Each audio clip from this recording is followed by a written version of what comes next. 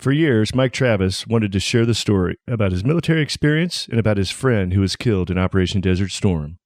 Mike has just published his first book, Faded Jeans to Army Greens, a story of Army life from basic to Desert Storm. Coming up next on A Veteran on the Move. Welcome to Veteran on the Move. If you're a veteran in transition, an entrepreneur wannabe, or someone still stuck in that JOB trying to escape, this podcast is dedicated to your success. And now, your host, Joe Crane. The top 7 paths to freedom is my free gift to you for listening to the show, featuring 7 great ways for a veteran to take their first step into the exciting world of entrepreneurship. To receive your free gift, go to veteranonthemove.com, or if you're listening on a mobile device, you can text the word veteran to 38470. Army veteran Dr. Mike Travis is currently a high school mathematics and technology integration specialist at Asset School in Honolulu. He is also an adjunct professor at Argosy University, teaching online classes to Masters of Education students living in the Pacific. Mike has a Ph.D. in educational technology from the University of Hawai, Manoa. He lives with his wife of 23 wonderful years and 2 daughters on the island of Oahu. And recently, Mike released his first book, as I said in the introduction, Faded Jeans to Army Greens, where he tells a story about Army life, going from basic training to Desert Storm, and losing his friend who was killed in Operation Desert Storm. All right, Mike Travis, welcome to Veteran on the Move. Thanks for being here today and sharing your story with us. Before we get to talking about business entrepreneurship and ultimately your book, take us back a little ways and tell us about your younger days and what you're doing and what got you into the Army and what you did when you were in the Army. Hey, Joe. Thank you very much for having me on the show, and Happy New Year to you and your family. Happy New Year. Yeah. So thanks again. And just going back a while, I grew up in Boulder, Colorado. And I was not that great at school. I was sort of just kind of a B student and just kind of drifting around. One thing I was good at was, I had a job at a fast food restaurant, and I was a shift manager there. And I seemed to do really well with good with responsibilities. But when it came to going to college, I kind of just really struggled. And every day when I would pass work, I'd pass the recruiting stations and really think about what life would be like in the military. And I always thought I really wanted to give back to this country because I just love America and all the freedoms that we have. And so one day I just pulled in and went and started talking to the recruiters. Turned out that I chose the Army. Sorry, I know you're a Marine, but I chose the Army to go into. And so went home and had to explain to my parents that I had basically signed up and that I was off in October to join the Army. And my experience went really well. Later on, I'll talk about my book that I wrote about the experience. One thing I was pretty good at when I was in the Army was writing letters. So I wrote a lot of letters to my family and to friends, because as you probably remember from your own service time, there's a lot of downtime or times when you're on guard duty, guarding a door or something, and you have time to write letters. So I wrote a lot of letters while I was there.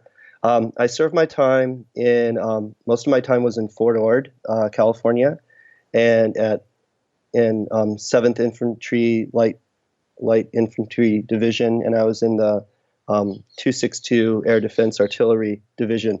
But my job was, my MOS was 77 Foxtrot, Petroleum Supply Specialist.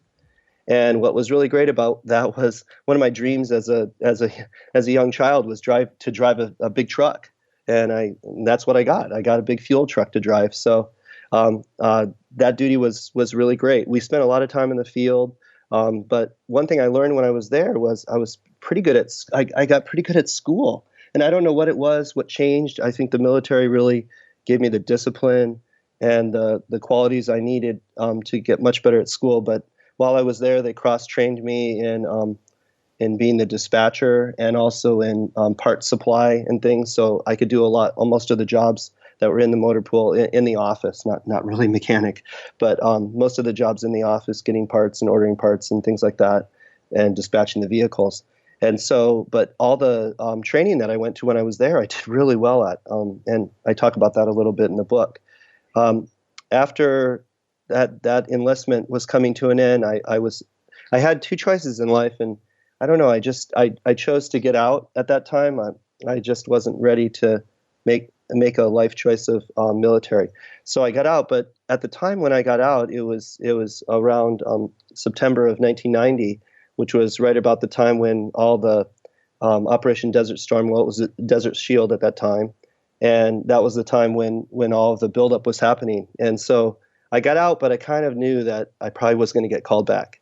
And I'm sure many of your veterans that are listening will remember that great cadence about getting a letter in the mail and going to war or go to jail. Well, that's exactly what happened to me and so many other soldiers in the IRR, the Inactive Ready Reserve. So I got a call back in January, and I was sent back to Fort Lee, where I did my initial training. And there I met this guy, James Tatum, and we became really good friends throughout the training. And then we were sent off to Saudi Arabia. And then I'll tell more about my book later on, but it turned out he didn't make it back. And from that experience, he died.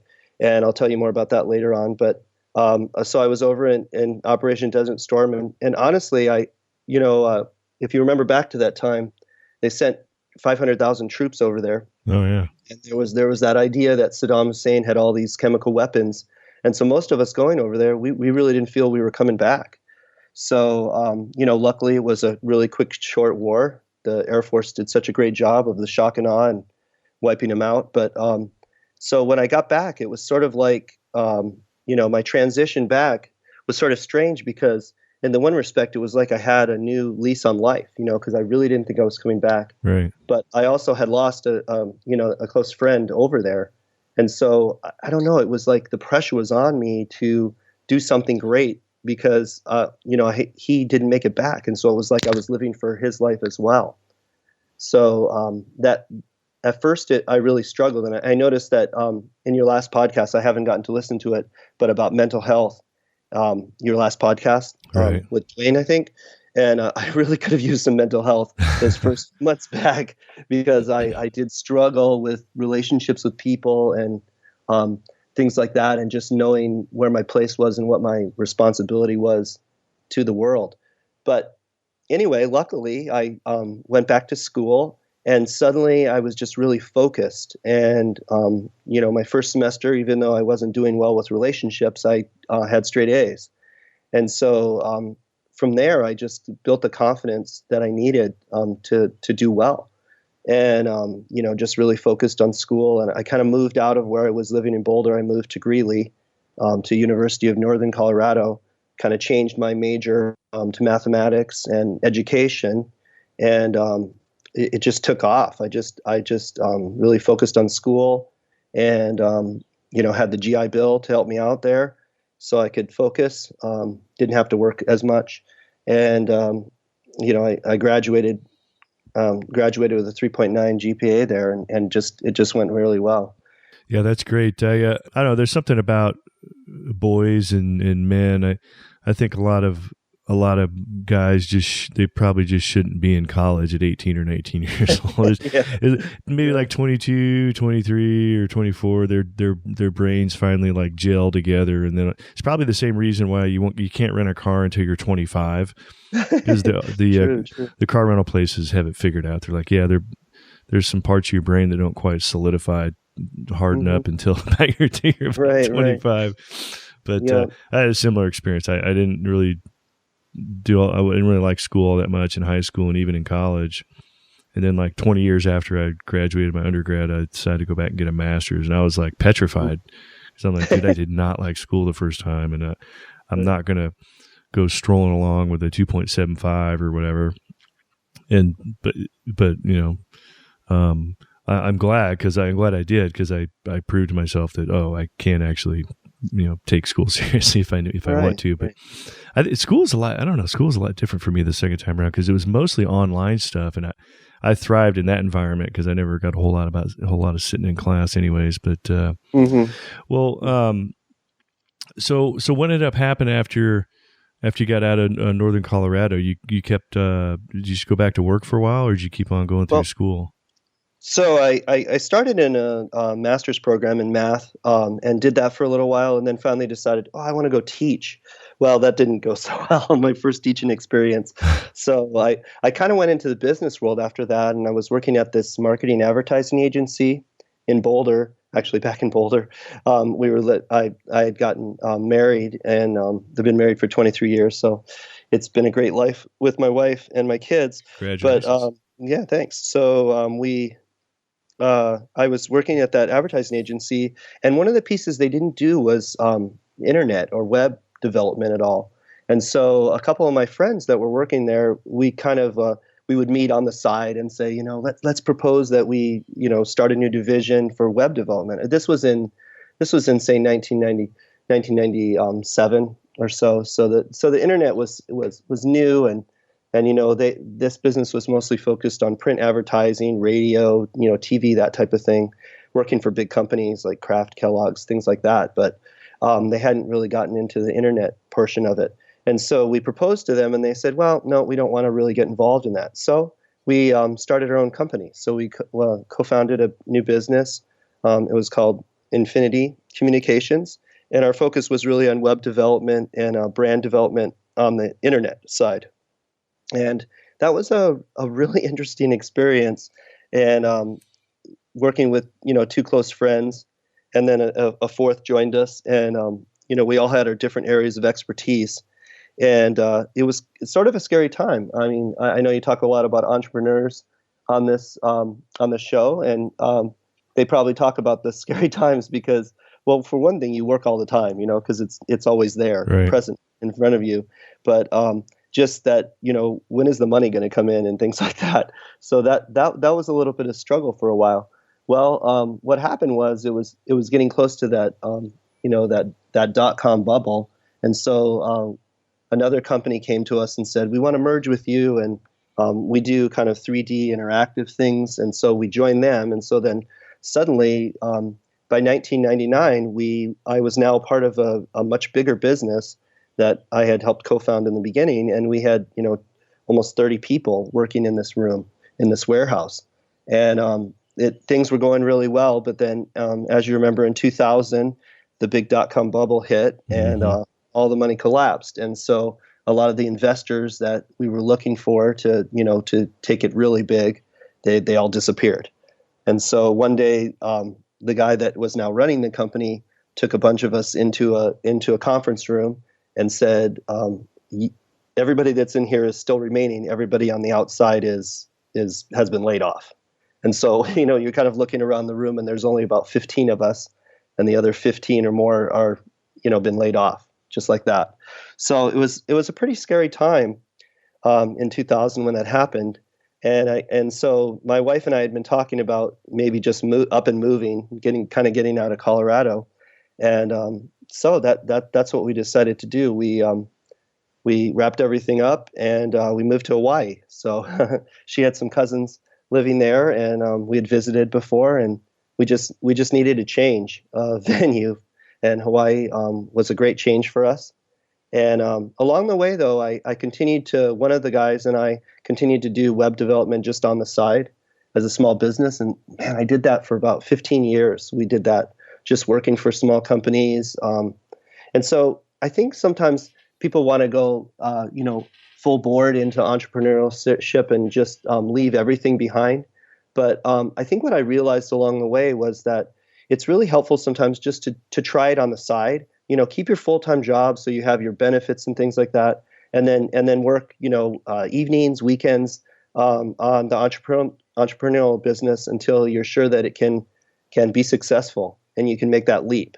So that's absolutely. What I think. Yeah, I agree with you. Like my ideal scenario or my ideal listener would be somebody who's still got 2 or 3 years left in the military, and they start now, and they really get a viable business going on the side.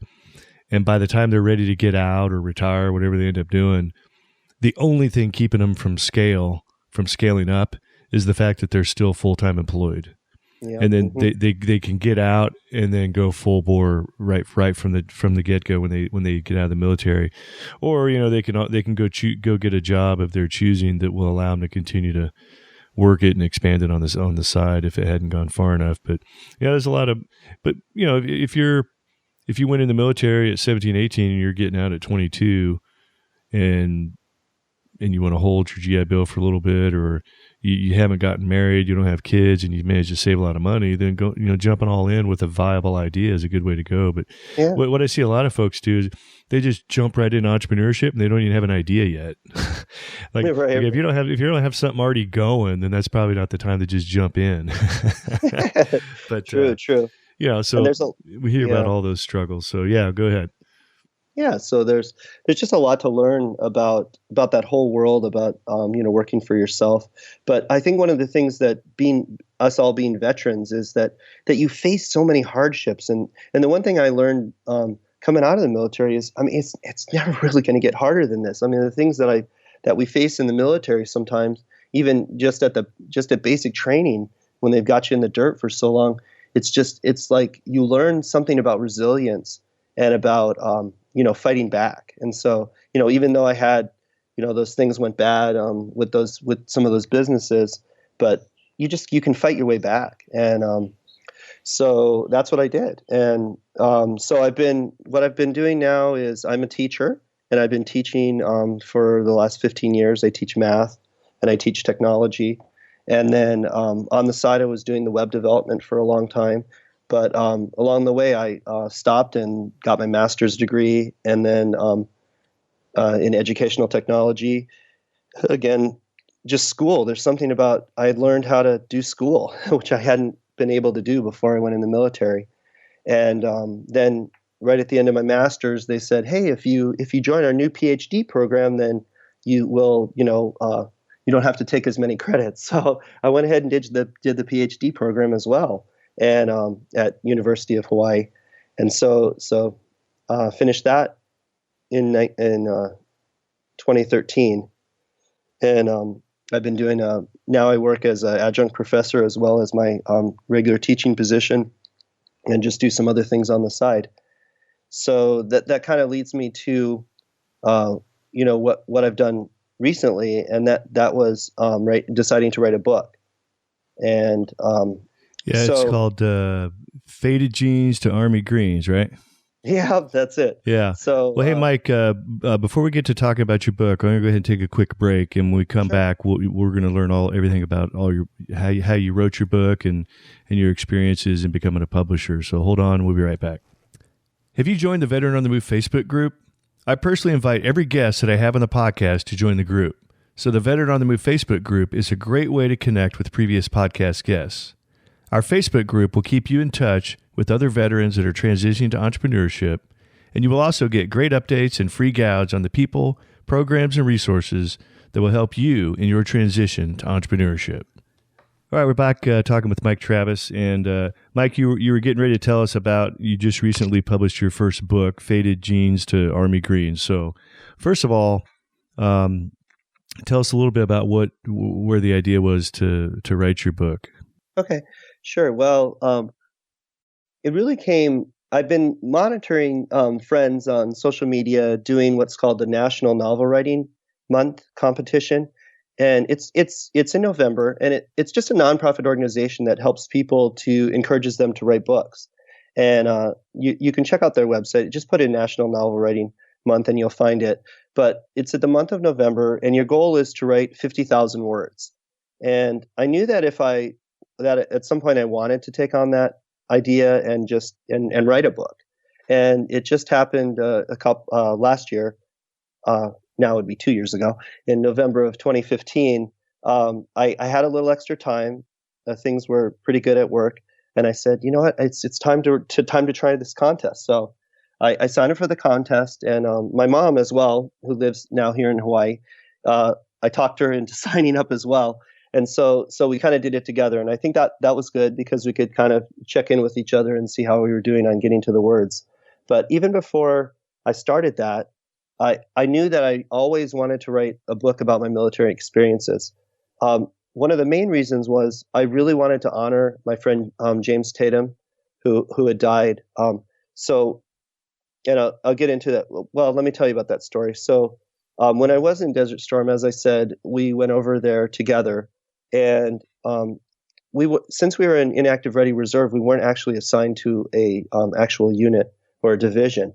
But what would happen is they moved us to these barracks, and each day, about 3 times a day, they would call all of us out into formation, and then they would call your names. And as they called your names, you were given orders to go and join up the other units, further up to the front lines.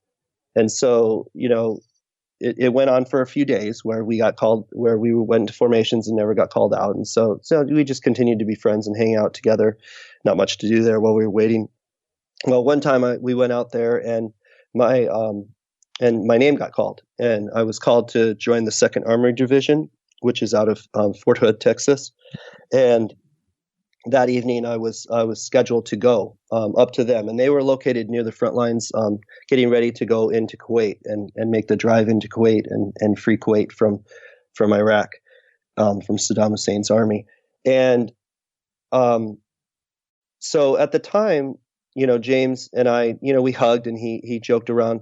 But as I said, we didn't know. We thought that this was going to be war. They had chemical weapons, and so I thought I was going to die, and he was staying there. But in the end, when I got out of the Army, I hadn't really faced that much combat there because the war ended so quickly.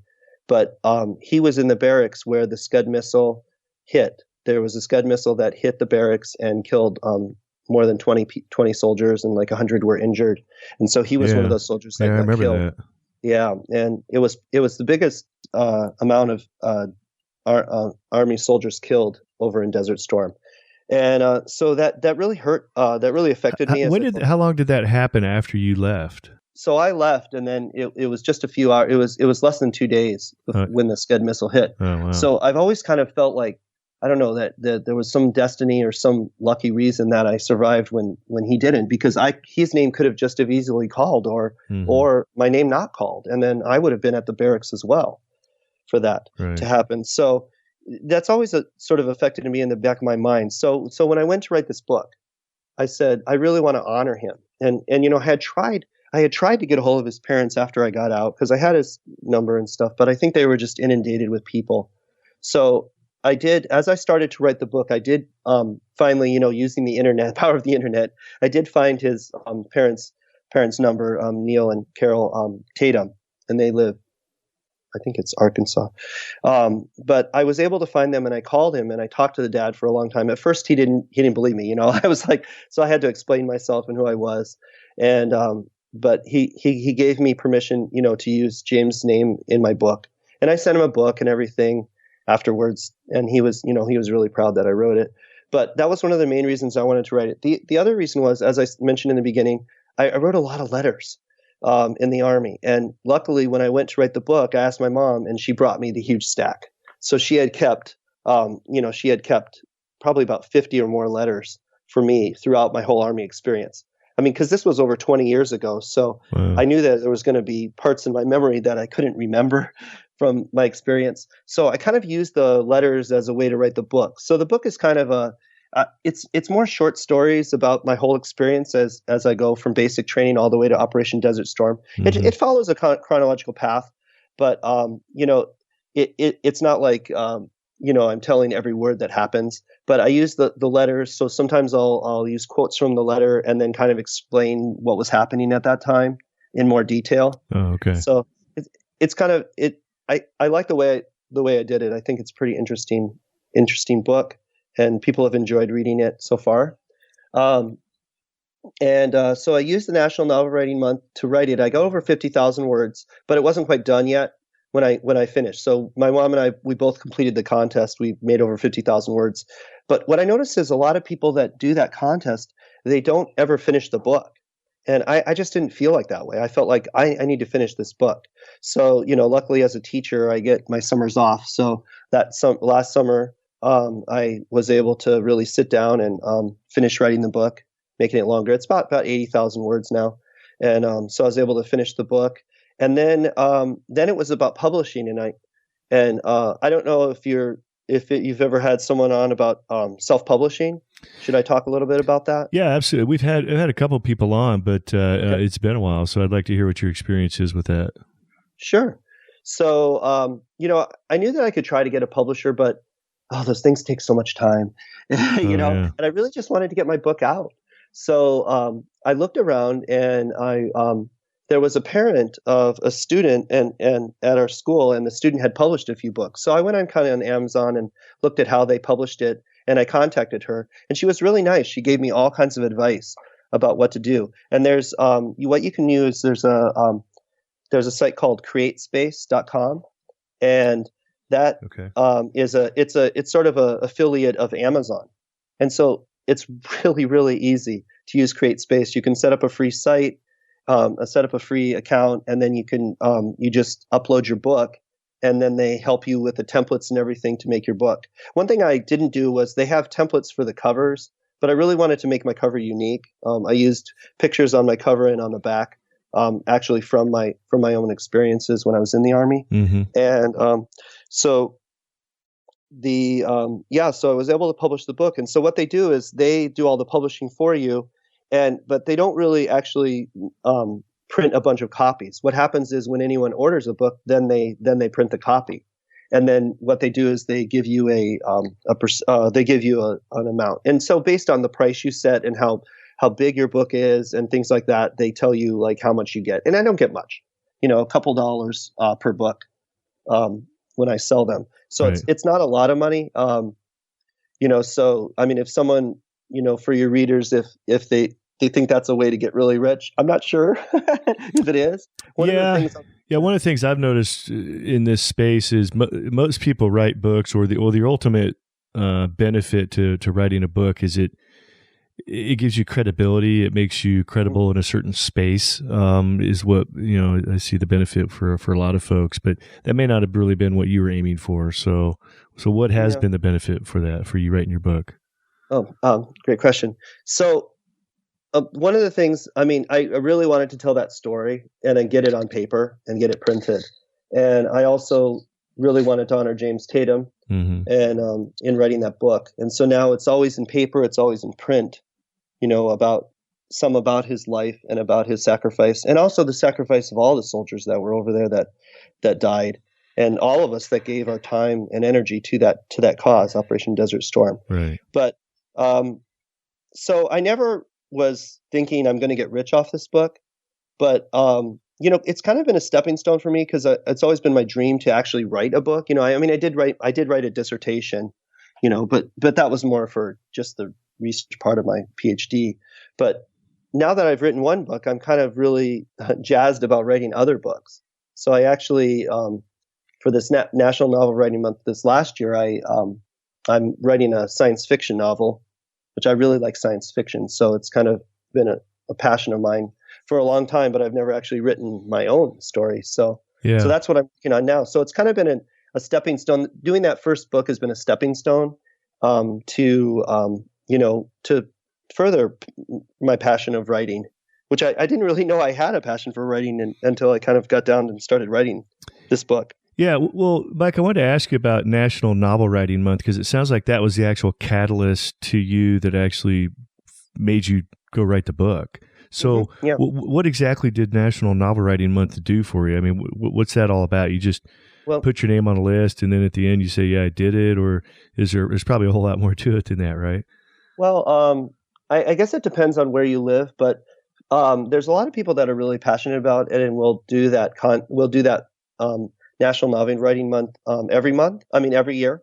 And so actually in Hawaii, there was a pretty good group of people, and before the actual starting of November, we all met together and went out to dinner and stuff and talked. And so you got to meet all the other people that were doing the contest. So some people were new, like me and my mom were new to and my daughter also participated that year.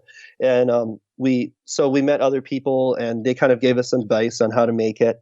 Also, one of the things they do is they have write-in times. And so you can go to different places, Starbucks and other some people's houses sometimes, and everyone would just write at the same time. So you kind of work together as a group to actually complete the goal of. So it's kind of like Weight Watchers for writing a book. Yeah. Moral support and everything. Right. Yeah, and of course there's an online discussion board. So if you can't meet there's people helping you and encouraging you. And if you kind of get stuck, you can post, I'm kind of stuck with this problem, and then other people will help you, with ideas to get over your writer's block. So it's just, I don't know. And, it's kind of a social media thing too. People are, hey, I'm at 20,000 words, and where are you at? So it's kind of everybody's encouraging everybody to finish it, but it doesn't cost anything. They ask for donations, so you can donate money to help with the cause. But it's a nice way to and it's a catalyst, because I had, my mom had the letters and I had the knowledge in my brain, but it's like, will I sit down and actually write it? And by having that National Novel Writing Month, I got to 50,000 words, which, you're 3/4 of the way there of at least getting the first draft done. Yeah, because the reason I asked that, and this kind of flows well into my next question, would, normally I ask, we're getting close to the end of our time here, but normally I ask if you have any advice for that veteran, soon to be veteran out there, whatever, wherever they are in their transition, what advice would you have to them for going into entrepreneurship or starting their own business? But since we're mostly talking about your book, even though you've had some entrepreneurial ventures yourself, what advice would you have for that individual out there they've got a story to tell, but like me, the sitting down or sticking with something long enough to actually write a book seems kind of like climbing Mount Everest to most people, especially those of us that have never done it before. What advice would you have for them? I mean, would it be the National Novel Writing Month, get involved in that, or other things to do to trigger it, to actually follow through and actually finish the book? What advice would you have to them? That's a great question, Joe. I think it has to, there's a different ways to approach it. The National Novel Writing Month is one way to approach it. I mean, if you think you're really good at taking on you have to look at your personality. Is your personality the type where you need to be forced to take on a huge challenge and and reach over that goal and make it? Then National Novel Writing Month is a great way to go. When I did my dissertation, that's another daunting task. And so what I did is I broke down the whole paper into all the subsections. So another way to write your book might be to lay out an outline where these are all the areas I want to talk about. And then what I would do is that every night five nights a week, I would come home and I'd say, I'm just going to focus on this one little part, and then just write about this one little part. And that kind of helped me get through my dissertation, because as I started doing these little parts, suddenly, by the end of a few months, I realized I don't have many little parts left, and I'm almost done. So, for some people, it's looking at just the small picture, the small pieces, and working on those parts, or, jamming it out and doing it all in 1 month, like I did with National Novel Writing Month. So I guess you have to look at yourself. And then also I kind of set a goal. I kind of knew that I wasn't going to get the book completed in November, but I knew that I had the summer coming up when I would have more time. And so my goal was to, finish it by the end of July. And so going in November with the National Novel Writing Month, and then finishing November and finishing and getting it published in July. It turned out I published it about August because I needed a little more time with the editing and getting people to edit it for me. But I think if you set goals like that, we set goals like that in the military all the time, right? You set a goal for the next PT test. Mm-hmm. I want to get to this many push-ups or things, or I want to run this much faster. So you set those kind of goals. You've done those kind of goals as a military, as a soldier. So, you just have to take those strengths and that discipline that you had in the military and repurpose that to the outside world as a veteran. All right. Well, that's great advice, Mike. Thanks for sharing your story. Unfortunately, we are about out of time, but I would like to give you the last word. If there's somebody listening to the show that'd like to get in touch with you or contact you, I don't know if you have a personal website or if you just want to throw an email address out there or something. So sure. If they just want to talk about, writing books or, something else you've done in your life, getting your Ph.D. or becoming a college professor, whatever they would want to contact you on, how would somebody go about doing that? Sure. Great. Thanks, Joe. Well, you can reach me at my, so I have a business, Travis Publications. It's travispublications.com. And that is where you can find my book that's listed there if you are interested, Faded Jeans to Army Greens, or my mom's book that she wrote. It's called Zebo. And but if you want to contact me, there's a contact button right there. If you want to reach me for anything, I'm happy to give any advice to soldiers that are coming out or current veterans about any of those topics. I'm happy to share all my ideas and anything I can do to help you to succeed in an area you want. So yeah, thanks. I'm happy to share. Feel free to contact me. All right, Mike, I appreciate that. Thanks. And so, like I said, unfortunately, we're out of time. I'd like to talk more books with you, but sure. Let's stay in touch and let us know how the book sales go. And if you know, if you want to get a hold of Mike, you can look him up and stay in touch with him and get involved in publishing your own book. Just like starting your own business, you just got to get out there and do it and make it happen. Yeah. Thanks again, Joe. All right, Mike. We're Oscar Mike. And one last thing, Mike would like to offer Veteran on the Move listeners a discount on his book, Faded Jeans to Army Greens. If you go to the landing page that he's set up at travispublications.com/veterans, you can get $3 off Mike's book. As you can tell from listening to the Veteran on the Move podcast, interviews are a great way to tell your story and spread the word about your business. If you would like to get booked as a podcast guest, I recommend Interview Valet. You can check out Interview Valet at veteranonthemove.com/valet. Be sure to check out Thrive15.com, the world's premier online education platform that helps entrepreneurs, aspiring entrepreneurs, and intrapreneurs learn how to start or grow a successful business. Start your free 30-day membership by going to Thrive15.com and use the promo code VETERAN. Thank you for listening to Veteran on the Move, your pathfinder to freedom. If you like the show, leave us a review on iTunes. Reviews are always greatly appreciated. So until next time, this veteran is Oscar Mike.